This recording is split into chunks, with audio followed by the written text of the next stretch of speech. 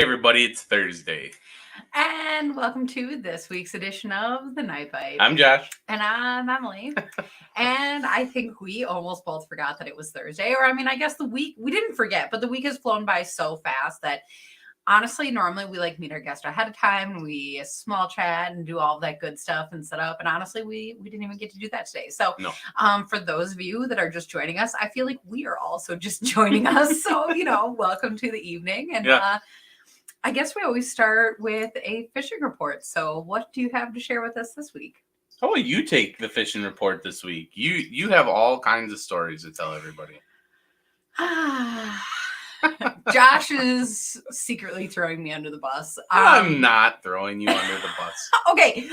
I will admit this past weekend. Well, let's start with some real fishing report stuff. So that's low 70s. Is that generally, we started really close to 70 later in the weekend. And especially as the sun warmed up the water, we were seeing 74, 75 in some places.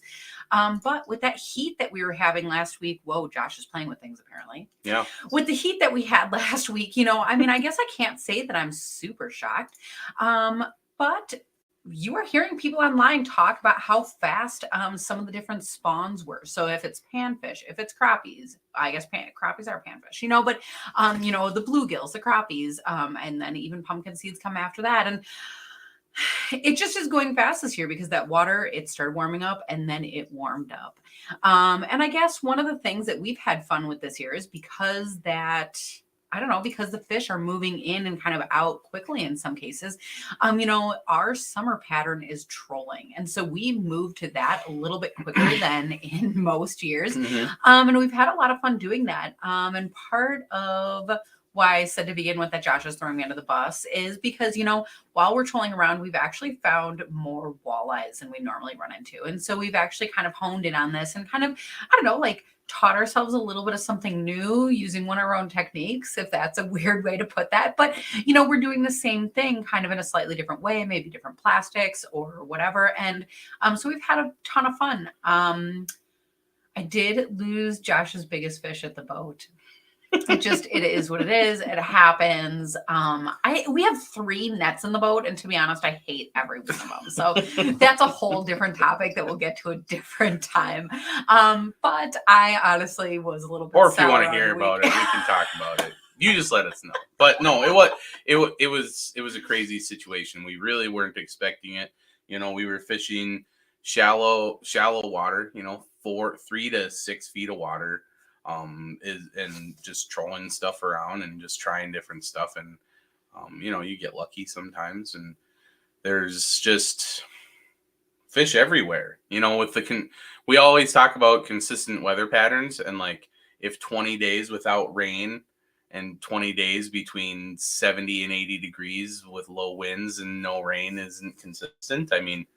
Fish are just been hungry. So it's actually been quite fun to go out. You can fish pretty much wherever you want right now, as long as there's some kind of structure for them to hold on. And, it is what it is. So we're just waiting. We're waiting for the weed edges to really define themselves so we can get back to our crappie trolling, because that's what we really like to do. But anyway. And I guess let us know where you guys are at and what the water temps are or how that's going for you guys, because, especially as we were coming into spring, we talked about how different each location could be, but I think we're getting to that point in the season where things are a little bit consistent, north and south even. So what you guys are doing or what we're doing, maybe we could trade tactics and see how that goes. So, drop that in the comment box or, leave a question or whatever as we have a conversation, and feel free to join us. And I guess with that, let's bring our guest in. All right, bringing our guest in. Hey, Kyle. Oh, hold on. No, Josh has gotcha. Now, hey, now welcome to the show. Thank you for having me. How's it going with you guys? Wonderful. Yeah, it is wonderful. So we were telling people that we didn't chat before the show. And one of the things I normally prepare people with is that our hardest question is our first question. But only because I know, right? That's scary when you're the guest. Send it away. Send it away. No, but it's just honestly a super generic and vague, for people who don't know about you, can you tell us about yourself? Ooh, good one. Good one. Okay. Yeah. So basically in the, the fishing industry, I have a YouTube channel called Wisconsin Fisherman. I like to share my experiences out out in the outdoors. We do camping, we do fishing, hunting. So people may know me from that. And I also run a guide service. I do, walleye guiding, panfish guiding, basically anything in the Northwoods in northern Wisconsin. And that's about what I do up here. That's awesome. And so you're saying like north and Northwoods, like how far north are you? I mean, you don't have to give your exact location. Yeah, so basically like the Hayward area, right up in there. There's a lot of lakes around Hayward, Washburn County, Sawyer County. We're about an hour south of Duluth, so we're up here. Mm-hmm. Yeah, that is awesome area though. And to be honest, we've seen that you've had an awesome spring so far. So can you tell us a little bit about that? Yeah, we've been in the boat a lot, and like you guys were saying earlier about the water temperature and like this time of year, it shot up real quick. And right now we have like a 74 to 76 degree water temp, and yeah, fishing's just been phenomenal. It's actually like we were casting walleyes on weed edges with slip bobbers like a week ago already, and it was like that's like the earliest I've ever done that. And we went Can I back out stop you even there? yeah, even Because just that's actually like super interesting to me because you hear people doing that, I don't know, towards summer and all of that. But at least where I'm at, the weed edges, I cannot say are defined or grown up enough yet to be like full weed edges. So are you just where oh, weed edges are supposed to be? Are they defined by no, you? they're defined. I mean, I was in today I was out and I was in, I think 14 feet of water. And I mean, I had weeds that were 2 feet under the surface. We have weed edges up here. So I guess it depends. Maybe some of the bigger lakes are still a little colder yet and they're still working them up. But yeah, we have weed edges. That's actually awesome. I feel like Well, and I mean, and for us too, I think everybody kind of knows, maybe they don't, that we moved in August. So we moved it to the Anago area, and all this water is pretty new to us as far as like how they change during the season. So, maybe they don't have like super long flat weed edges. Maybe we are fishing clumps on some of these lakes. We just don't know yet. Because we were over at Rolling Stone, and that had some pretty good weed beds on it already, but that's only 10 feet deep. So, and so I also think it really depends a lot on watercolor right now, because the water did heat up so much that with all the sunlight too, like I don't think that the thermocline hit the summer split yet. I think the very top, like the very thin top layer The water, like turnover. 3 feet, is really warm, and then the bottom is still pretty cold. So I don't think it's made that whole summer transition yet. It's still working on it, and that's why you're catching a lot of fish up shallow right now. Definitely. So I kind of cut you off, and I'm sorry about that because you were talking about weed edges and that you have them, but that Yeah, you are yeah, we using have them. yeah, yeah, but you were using slip hours, you were saying. 14 feet of water, how deep are those walleyes seeming to be? So they're hanging about, I would say 12 to 10 feet. They're not right on bottom like a typical walleye is going to be. As the weed edges grow up, I mean, they're up there, but like the fish are hanging about 10 feet or so. And even, And then what are you using for bait? so we're just using leeches, just like a jig head and a leech, just to, send it down there to them faster. And then is there a favorite color for jig head or just like whatever you got? I just run gold. Gold's a pretty good color for me. I like gold and silver. If it's got gold and silver on it, I'm gonna use it. That's that's me in winter. I could put a gold jig on my Yep. line and use it all winter. But you know what's funny is actually as I'm saying this, I'm thinking in summer I think I err towards silver instead of gold. So I don't know why I would do that, but I think I'm just realizing that in this moment. Yeah, I mean, bright shiny colors, they do the trick. And so you are talking about walleyes, but I also know that you've been out catching some crappies, and maybe that was even a few weeks ago. But honestly, I don't always focus on the size of the fish, but I feel like every fish you had a picture of was huge.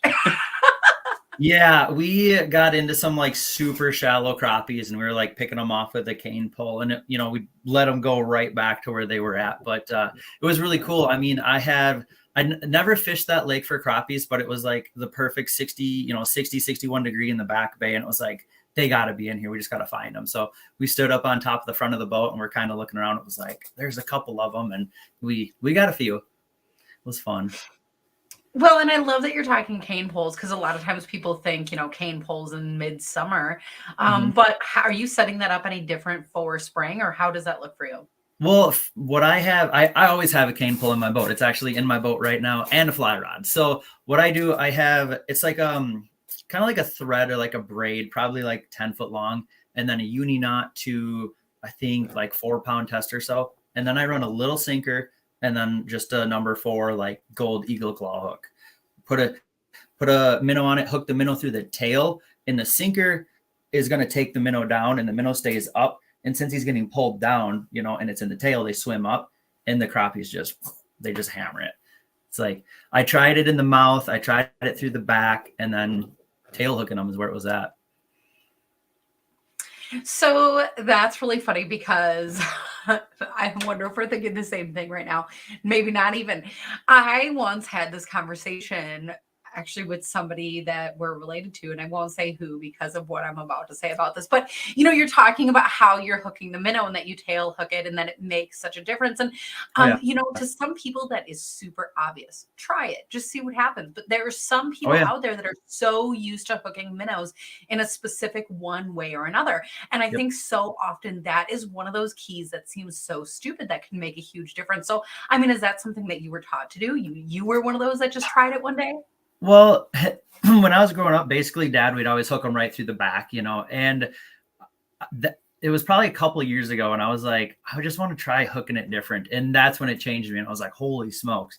And like you said, it makes a big difference. I've noticed a lot. So I guide all the time. And when I'm teaching people to put minnows on the hook, say if we're doing a slip bobber bite where it's going to be straight down, that minnows, you're going to want your minnow probably horizontal. So I hook them right under the dorsal fin, and some people will like hook them underneath the lateral line, almost like through the belly and guts and whatnot. And it's like, that minnow, you barely want to pierce that minnow just so it's, in its back meat and it's still swimming really good. So yeah, it does matter. Well, and especially when you're in a situation where you're using a cane pole that you're not trying to cast it out there. If you are able to just barely catch that minnow, and it's going to swim around, but it's obviously still on that hook, so you'll get that bite. But the other thing that I was going to also point out is you were talking about tail hooking them and that it makes them swim up. And I was like shocked to hear you say that because part of me would have assumed that would make them swim down. I don't know why I would think that. So, but again, that makes a huge difference in up bite or not. Yep, just little things like that. Oh my gosh. So you have your cane pole and you also have a fly rod. So are you a fly fisherman or you just toss out light tackle? So if I see like the fish sitting up on top, and sometimes if a bird flies over, they'll do the thing where they all down into the water. If I notice fish do that and they're up top, I'll take the fly rod out and just pick off a couple and have fun with it. So I don't consider myself a fly fisherman. It's just another tactic to catch fish when maybe they're not biting on the slip bobber. Just have it in the boat ready to go. Well, but I like this because, I also notice actually one of my favorite or least favorite things to notice is, when you're moving around on the boat, especially spring, summer, and you hear like those like pop sounds. Like I can't even do it, but Oh, I know exactly what you're talking about. Yeah, those big bluegills, and they're eating the bugs off the top of the water. Like that's what that snap is. And like so many people go out there and they assume, oh, that's a bass. And it's like, no, some of those are straight up the biggest bluegill you've ever seen. And I have not caught them yet, And so, but I have this idea that somehow I'm going to use, I don't know, like one of those bubble bobbers or something, take stuff from fly fishing. But I really have always wanted to put just like a fly at the end of a bobber rod. And so maybe I do just need a fly rod.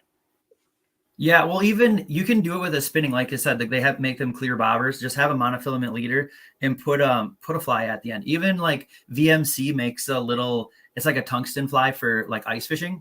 Even just putting that underneath like a rocket bobber a foot deep, you're going to see a big difference in fish catches for sure. If it's slow, put one of those on and it's going to be game on for sure. So if the fish are shallow enough to be eating bugs, is a rocket bobber going to scare them? So yes, that's the thing. A lot of people question that. If the fish spook, they're going to come back to where they were. So it just takes a minute for them to roll back around. But if you use the little stick bobbers, they're really hard to cast and throw out there because they're so light. So having that extra weight of the rocket bobber really does help. And when it lays sideways, I put a super tiny sinker on it, so it still lays sideways just to get the minnow down. And then once it just even tips, you just set the hook in. They're good. So, one of the things that frustrates me about bobbers though is, if you have it tipped down, then you're not seeing an upbite. Do you feel like you're missing fish very often, or it's a minnow, they're going to crush it? Not really. Yeah. They're pretty much going to hammer it if they're there. Yeah. Mm-hmm. I was waiting for you to chime in about bobbers. To be honest, that's what I was waiting for. Everybody listened to me talk about bobbers last week. We had a whole show about bobbers. I'm in the middle of doing some brass inserts and ultralight bobbers because, like you said, one of my things is that we found we've been using some really ultralight balsa bobbers that off of eBay. My problem with it is I don't like that it's attached at the bottom because I feel like it pulls my line down, and I mend my line a lot when I'm float fishing because I kind of fish like all of my panfish plastics kind of like a bass fisherman would fish a swim jig. I do a lot of side and underhand casts up by structure and I swim it around, and then I've watched a lot of videos of the steelhead fishermen, and they do a lot of mending of their line so they can hit different current seams and do that. So I use the wind, and I like to play around with my extra line. Instead of picking it up, I'll just move it to different structures so I can keep my float in the water with a bobber that's attached underneath. You can't do that as well because it pulls everything, and if I have have the line coming out of the top, it won't pull the line into the water as much. Yep. And some of that time your line will sink down too. Right. And so having a little brass tube in there will not only allow the line to go in and out freely with super light tackle, it adds a little bit of weight to a really small bobber. And so, so it's just stuff I've been playing around with, and like she's just throwing me under the bus now because I'm just sitting here talking about floats. You're being finesse. Yeah. Fish. But I mean, that is the thing, is so often people go out there. This was kind of the key of last week too, not to keep doing that. But so often people are like, oh, bobbers are for kids. And it is so not true. There's so much finesse that does go into not just choosing a bobber, but using it and detecting that bite. And, because you can use a bobber to set your bait to be in such precise places and times or actions or however you're choosing to do it, just based on the bobber that are out there. And, no kidding, stores have aisles full of bobbers to choose from, is because they all actually do something a little bit different. So I'm gonna switch topics here because not only have you been, now we've talked about kind of what you've been doing for walleyes, a little bit of your panfish tactics.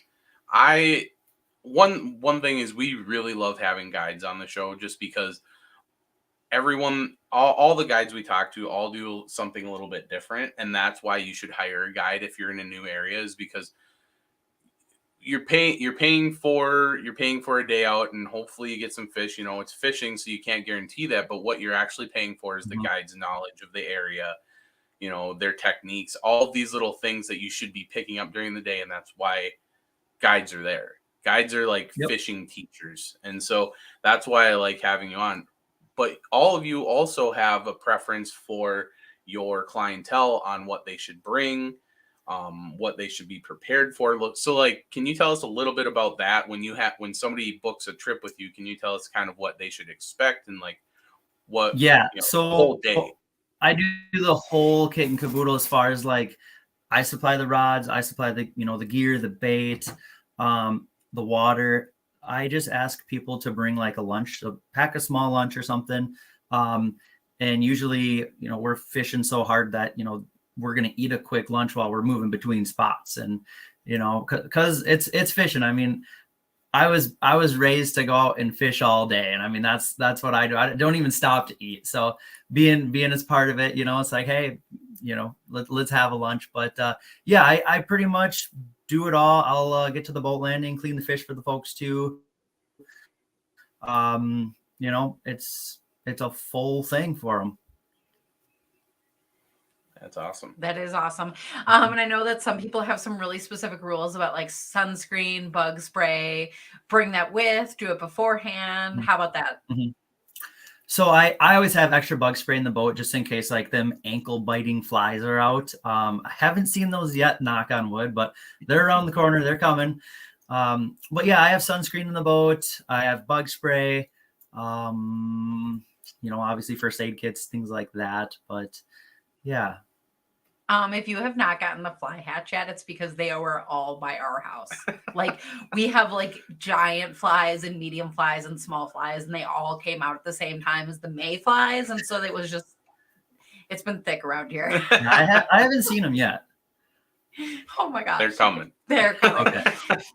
But that is, one of the signs of summer, yeah. I would say for sure. But that is the funny thing is I think so often people get caught up in spring fishing that they forget that summer is just right around the corner. And that fishing does change a little bit. So, when we are going out to our favorite lakes, all spring, you see people fishing the shorelines and casting in and shallow and all of that. But at some point, those people kind of stop catching fish or start only maybe catching the tiny ones because those fish are moving. So do you have tips for people as they're trying to follow the fish into the next season? Yeah. So actually I was out today trying to find where them crappie are moving to right now. So what I was doing is basically anywhere you have a point on your lake, that point usually continues down into the lake. We all love points. I actually like I start with the tip of it and then I'll work my way into one side. I'll swing back to the tip and go to the other side. And usually on the points that I'm fishing, there are weed lines that come out. And I usually find the crappies in like 12 to 14 feet of water or so, whether they're suspended or they're down low. So that's what I usually look for is points. That's my main go-to. Or if there's like a flatter shelf on, say, like a steeper bank, I'll look there, try to find a weed edge or something like that as well too. But yeah, like you said, everybody starts shallow and moves deep. And today I was looking for them deeper fish. I did still find some crappies up shallow. I didn't get any in the deep yet. I actually caught like a couple walleye. And I was like, I want crappie today, not walleye. So, but yeah, they're moving. They're on the move. And the nice thing is, like you were kind of saying before, that spring going into summer does not mean that you have to put your bobber away. Like if you're one of those people that loves your bobber, that's great. You can still do that, but you are finding those different transition areas. And so, I think, Josh, you were talking about this earlier in the show. In spring, those shores are all so warm and it's that consistent environment for the fish. And so they all kind of pile in there. The panfish are spawning, the perch are coming to eat whatever is being spawned and whatever, and the predators are coming to eat all of that, and so when we are talking about crappie and everything, panfish moving out, sometimes you imagine like this mass exodus from the shallows and the fish leave, and it's like obviously that's not how this works, and so that's why we're focusing on things like the weed beds, because those fish are able to hide in there from those predator fish. Or I love when you're talking about those points, because those fish are looking for kind of those highways to those deeper areas. And a point, it's funny because we think about it, it's the shallow spot, it draws out into the lake, but it's the shallow spot that I guess, like I said, draws out into the lake. You can go all the way using that shallow water, but then end up in the deep where they're kind of starting to look. So finding those transition points is the key to this. But for some people who struggle to read a map, that can be the tough part. Yeah, definitely. I don't know. So when you're out fishing, have you gotten into the live imaging stuff out on open water yet, or Yep. or are you? Yep. So I do run a live scope in the boat. Typically, I'll use that on like scouting missions.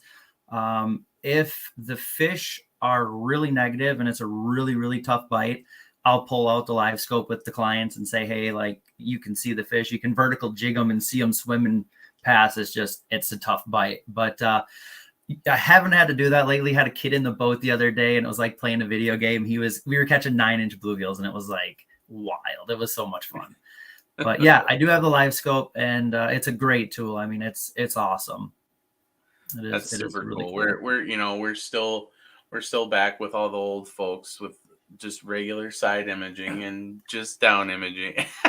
Yeah, No, but that's like, I think that's one of my favorite tools because you can cover so much water, especially for as much trolling as we do. We can cover not only like parallel water, where that's what I call like running your contours. So you can fish a lot of parallel water going around Yep. the lake, but you can also fish perpendicular water out to the side. So you don't have to just fish 1 foot contours. You could fish like, you could be going and then be like, oh, there's a school off, 30 feet. So then you move you move your boat out and you go out to that contour that you saw that group on, and you continue on. And a lot of times you can find those pockets of fish. So yeah, side imaging is a game changer. I mean, I remember when the Helix 7 came out and it had side imaging. I was like, oh my gosh, look at these rock bars. There's a crib. And then a couple years later, I got like a Helix 10. It was like, this is insane. I mean, the shadows, the fish, the fins, it is awesome. Even just side imaging is like, if somebody's watching and they're looking at getting side imaging, I would say definitely go get it because it's worth it. You can see the weed edges. You can see the fish right on the edge of them. You see the big schools, all little black dots and stuff. Like, side imaging is awesome. So, with all the awesomeness that's packed into the graphs these days, I mean, would you say that it's user friendly? Because when we're talking about this, we're like, quote unquote, advertising. I mean, we're not actually advertising, that's not what we're here doing. We're talking about it, but we're advertising a cool product. Look at this awesome thing and the stuff that it does. But like, is it the type of graph that you can go and just like buy off the shelf and like put in the water and use, or do you have to like learn? There's a learning curve. I mean, and that's the thing like guides can do. I mean, if you buy a brand new graph, call a guide and say, hey, can you teach me how to run my electronics? If somebody called me and said, yeah, it'd be a discounted rate. We're not going to fish. Let's just run graphs. So always ask people. If you don't know something, just ask. But as far as the side image goes, yeah, that's going to be a little bit of a learning curve. But once you see your first rock bar and sandbar and like a weed edge, and oh, hey, there's a school of panfish, and maybe you go past some beds and you see the big old, donut sitting there, and it's really easy to figure out a side image once you just run it for a little bit. Mm-hmm. Yeah, that's for sure. I just get excited thinking about new graphs, but I mean, that's the thing is you use what's effective. And so, not that a new graph wouldn't help us, maybe it would, especially exploring new lakes and stuff. But I mean, I think that's the thing is using the tool for what you're doing. And so in this case, we're trolling. And so like you're saying, like, I don't know. I mean, you hear so much about people starting to talk about how much the electronics are affecting the bite. And, some people are sure that it does, and some people are sure that it doesn't. But I mean, I think at least with trolling, when we're constantly moving, that helps. Well, and I think just going back to something, part of the beginning of the show, we were talking about how you have culminated a lot of your skill from your early on fishing with your dad and learning how these little things, and along the way you fine-tuned it to fish your own way. Those things electronics can't give you. And so I think one thing that people need to continue to keep in the forefront is, while they're thinking about electronics and, buying better boats and buying better equipment, at the end of the day, you got to keep your skills sharp. Like Emily said, sometimes people have a hard time reading a map. If that's something that if that's a skill that you're lacking, even no matter what graph you have or electronic you have, that's going to affect your fishing. And so honing those very basic skills is always important. Mhm. I feel like. So I don't know, what are your thoughts on that? Well, I mean, we all remember, lining up the house with the red roof with the big pine tree over there. I mean, we've all done it. Even, I used to do that. Even ice fishing, it was, right off of that place, line that up. You still want to have that in the back of your head, even if you're down looking at a map. Where are you at on the lake? What's happening? What are the fish doing? But yeah, definitely, you got to fall back to the just your instinct sometimes of what do you think's going on, and check if you got temperature. I mean, temperature is a huge thing in fishing. So, I mean, even just to have a little sonar graph that shows you a little fish symbol with temperature, I mean, that's going to tell you a lot on where you should be at. So, okay, so this is something that I like to bring up pretty frequently, I feel like, in a lot of our conversations. So do you keep any kind of fishing diary? Yeah. So for me, I don't keep like a written one, so much as I keep a diary through my, oh, there you go. 2022, 2023, every time I go fishing, I write down what the wind was, what the water temp was, what the weather was, what I caught, where I caught it. That's awesome. I thought that one was blue hearts, like for fishing, but it's it's something that I should have done a long time ago, because it's awesome. Like, even if I were to open it up and read what I did last year today, it was just it's cool. It's cool. Yeah. So it helps, it's yeah, and so like I started probably 4 or 5 years ago now. I started a visual diary, and so I've used the location setting on my pictures and put them into a private Google albums. okay. And so I always, when I start out my fishing trip, I always take a picture of my graph. Water and temp. It's where water you're at. temp, and it's time, and it shows me what lake I'm on, because I can recognize the map. Right. And then right. I also have it all GPSed. Another really fun thing about that is, even if, no matter like how big the fish are, if we start catching fish in certain areas, I always try to take like pictures initially, because if you go back into your photos and you can look at where your geotags are, it'll start creating hot maps. And so basically, yeah. Yeah, so then on your lake, you can see where you've taken the most photos, and you can check those spots during those times of year. And so it's a really cool interactive way, and it's similar to you, like I'm not a very good writer. So that's not like, this is my version of that, but that's like awesome that you start keeping journals, because like you said, it's super cool to look back. Yep. Definitely. Do you find yourself referencing it? Yeah, actually, even this year, probably a couple weeks ago, I was like, what was I doing last year? Just kind of, getting in the swing of things here. Fishing's getting real good. And it's like, I'm doing stuff right now this year that I was doing in like July, late June of last year. Like we said, everything's really early, and it's like, it's kind of weird, but I mean, it's at the same time, it's like, hey, last year I caught smallmouth here and they were on the beds. It's like, okay, this year, what's going on, or they're done already, it's cool to have the reference, definitely. So we keep talking about, we moved here in August and exploring new waters. But it's funny, because that's one of the things that we talked about off the bat, is like, when we start, every lake is new to us. And so how do you remember the trends and patterns? It's easier to confuse them, I suppose. And it's funny, because we never ended up writing any of it down. And I keep kind of wishing that I had. But on the other hand, sometimes I'm glad that I haven't, because I'm also the kind of person that's like, when we were here last, like, red plastics work best. And then I'll like never use a different color again. Right. Yep. Yeah. So it's funny. You got to like note those trends, but not like depend on them.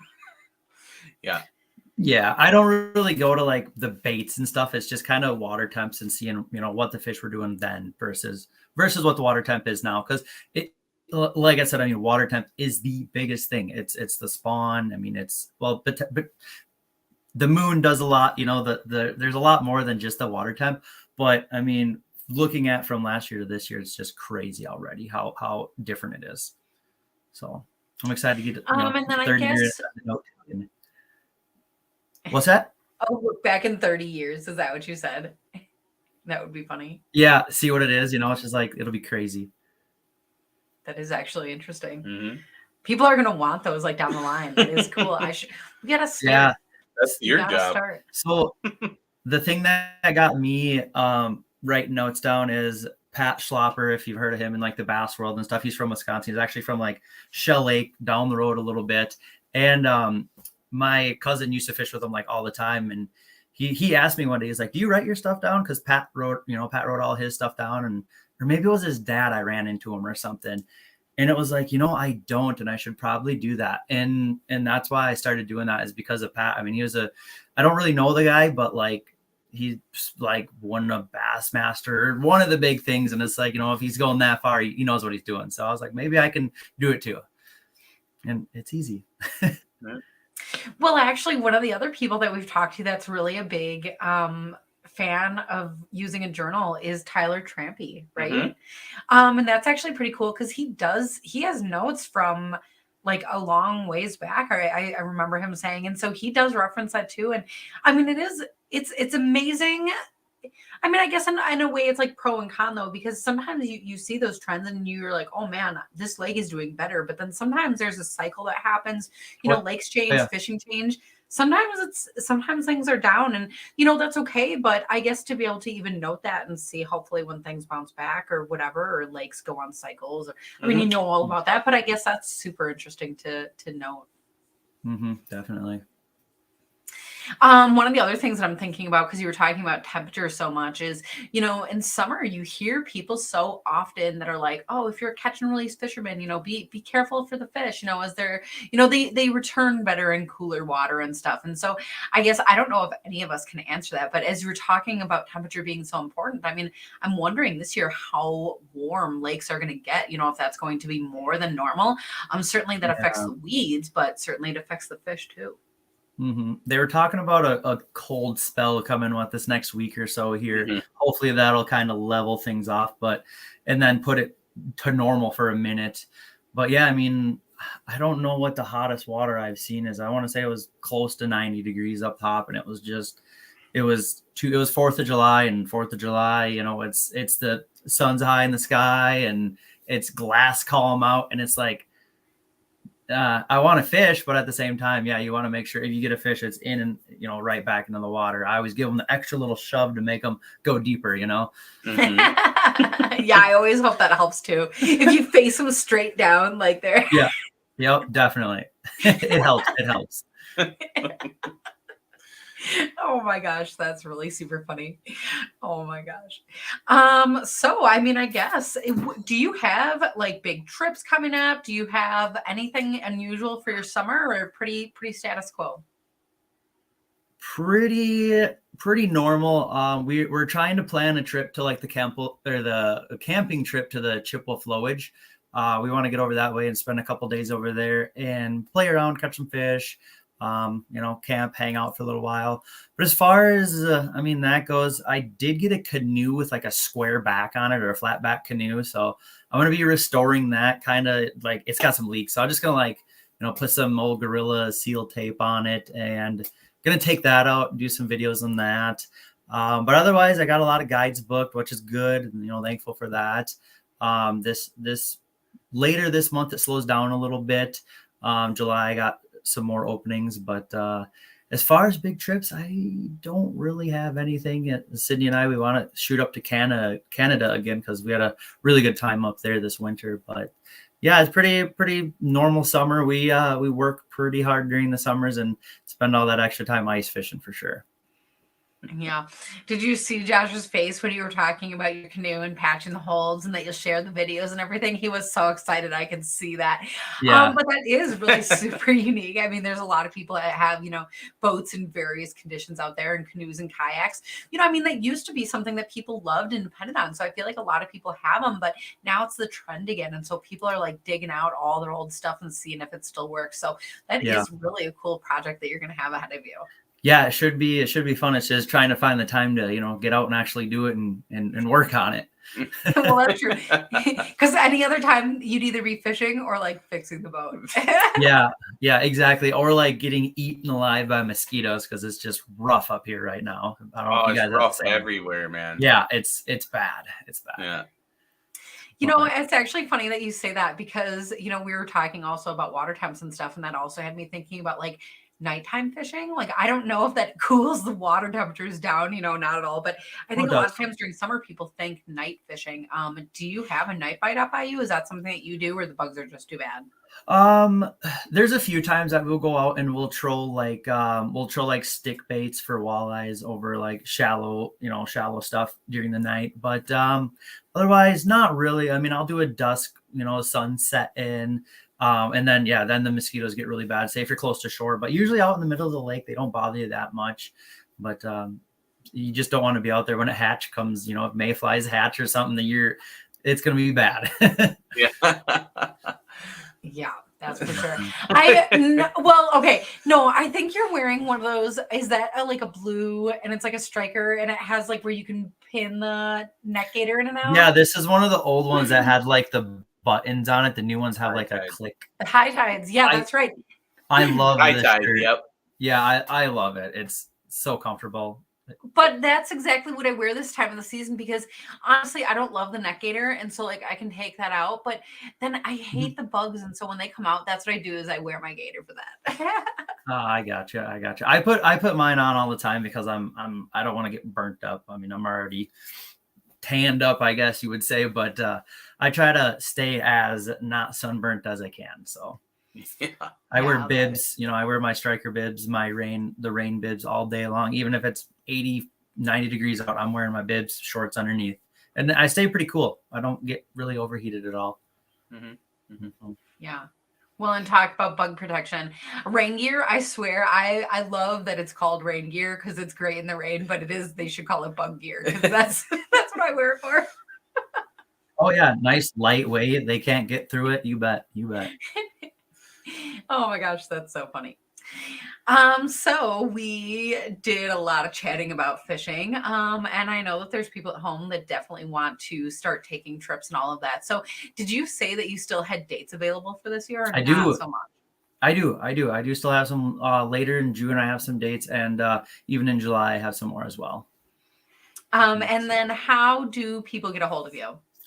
So I have a website. It's wisconsinfisherman.com. And they can go on there. My number's on there. Give me a call. Shoot me an email. It's Mr. Kyle Tyree. So it's MR and then Kyle Tyree @gmail.com. Shoot me an email. I'll get back to you, whether email, text, call. Yeah, that's how you can get a hold of me. And it looks like Josh is going to be putting a link or something into the comments so that people can just click on that because he's over here typing. Cool. But the nice thing is, as far as trips, taking fishing trips with you, you live in a beautiful area of the state that really does feel like a vacation. So if you are looking for a Northwoods getaway, you have the place for that. Yeah, there's a lot of lakes up here. I was on Long Lake today, so people say there's like Upper Long and Lower Long. Lower Long would be like by Eau Claire. So Upper Long's up here, Washburn County. I think it's like 19 miles long from end to end, and it's a pretty good lake. And I'm working on figuring that one out some more.